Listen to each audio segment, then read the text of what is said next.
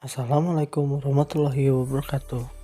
Perkenalkan, nama saya Sunoko Prinando, ahli media keperawatan dari golongan 2, angkatan ke-13, kelompok 2, dengan pengampu materi Bapak Dr. Kodrat Sawang, MPD.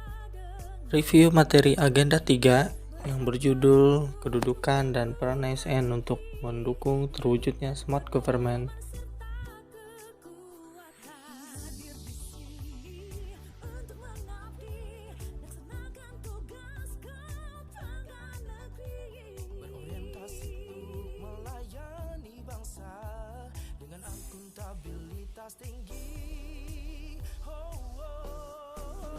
Pada tanggal 3 Agustus tahun 2022 telah dibahas tentang kedudukan dan peran ASN untuk mendukung terwujudnya Smart Governance tahun 2024. Undang-Undang Nomor 5 Tahun 2014 tentang Aparatur Sipil Negara menjadi dasar dari manajemen aparatur sipil negara atau ASN yang bertujuan untuk membangun ASN yang memiliki integritas, profesional, bermoral, bebas dari intervensi politik, bebas dari praktik KKN, serta mampu menyelenggarakan pelayanan.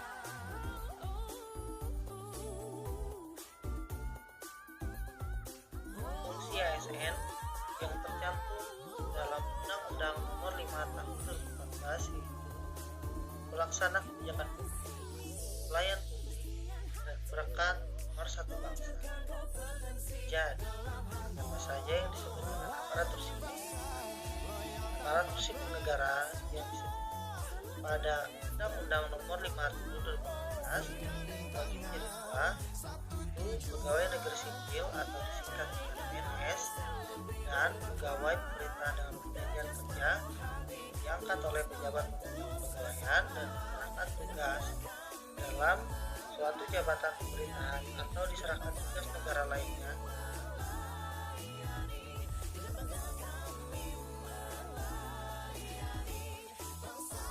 Apa yang dimaksud dengan pegawai negeri sipil?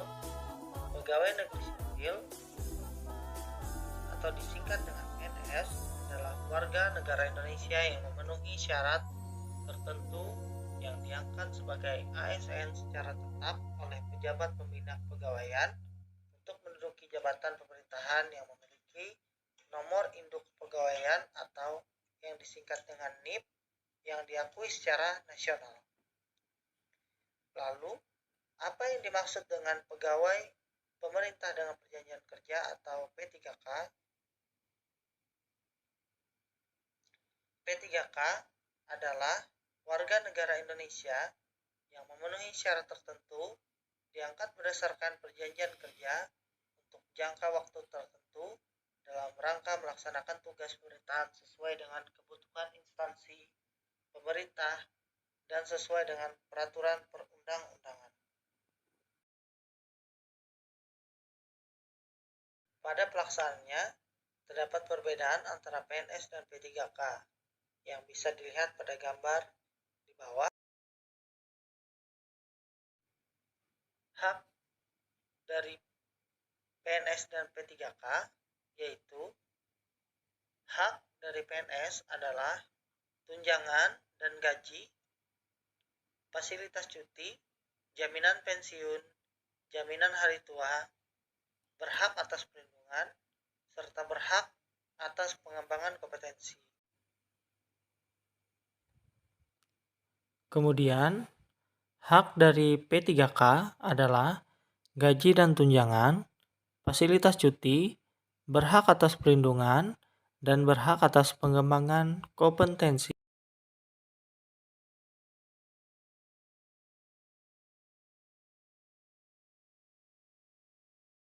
ASN atau aparatur sipil negara adalah setia dan taat pada Pancasila, Undang-Undang Dasar 1945, Negara Kesatuan Republik Indonesia, dan pemerintahan yang sah.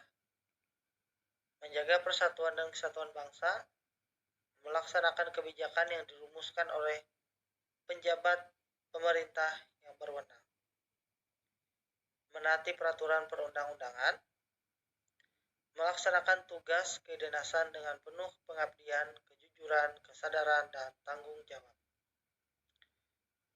menunjukkan integritas dan keteladanan dalam sikap, perilaku, ucapan, dan tindakan kepada setiap orang, baik di dalam maupun di luar kedinasan. Menyimpan rahasia jabatan dan hanya dapat mengemukakan rahasia jabatan sesuai dengan ketentuan perundang-undangan, serta bersedia ditempatkan di seluruh wilayah Negara Kesatuan Republik Indonesia.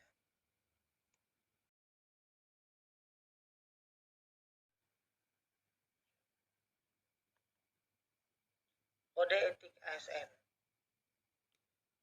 yaitu melaksanakan tugasnya dengan jujur, bertanggung jawab, berintegritas,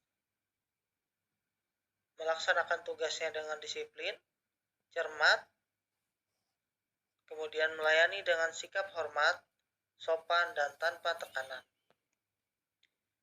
Melaksanakan tugasnya sesuai dengan ketentuan perundang-undangan, melaksanakan tugas sesuai dengan perintah atasan sejauh tidak bertentangan dengan peraturan undang-undang dan etika pemerintahan, menjaga kerahasiaan yang menyangkut kebijakan negara, menggunakan kekayaan dan barang milik negara secara bertanggung jawab, efektif, dan efisien, menjaga agar tidak terjadi konflik kepentingan dalam melaksanakan tugasnya, memberikan informasi secara benar dan tidak menyesatkan kepada pihak lain yang membutuhkan informasi tentang kepentingan kedinasan, tidak menyalahkan informasi intern, tugas, status, kekuasaan, dan jabatan.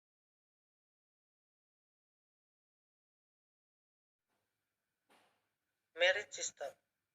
Merit System adalah kebijakan dan manajemen ASN yang berdasarkan pada kualifikasi, kompetensi, dan kinerja secara adil dan wajar tanpa membedakan latar belakang politik, ras, warna kulit, agama, asal-usul, jenis kelamin, status pernikahan, umur, dan kondisi kecacatan. Kemudian, merit system juga memiliki manfaat bagi pemerintah, yaitu mendukung keberadaan penerapan prinsip akuntabilitas, dapat mengarahkan sumber daya manusia atau SDM untuk dapat mempertanggungjawabkan tugas dan fungsinya, serta instansi pemerintah mendapatkan pegawai yang tetap dan berintegritas untuk mencapai visi misinya.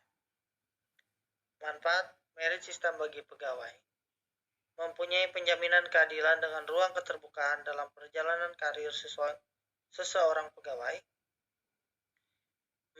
memiliki kesempatan yang sama dalam meningkatkan kualitas diri.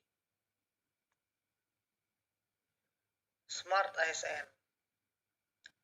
Berdasarkan arahan Presiden pada poin pembangunan sumber daya manusia dan persiapan kebutuhan sumber daya manusia talenta digital, literasi digital berperan penting untuk meningkatkan kemampuan kognitif sumber daya manusia atau SDM di Indonesia. Literasi digital adalah kemampuan untuk menggunakan media digital dengan bijak. Literasi digital menjadi 4 kompetensi, yaitu kecakapan menggunakan media digital, digital skills, budaya menggunakan media digital, digital culture, etis menggunakan media digital, digital etik, aman menggunakan media digital, digital safety.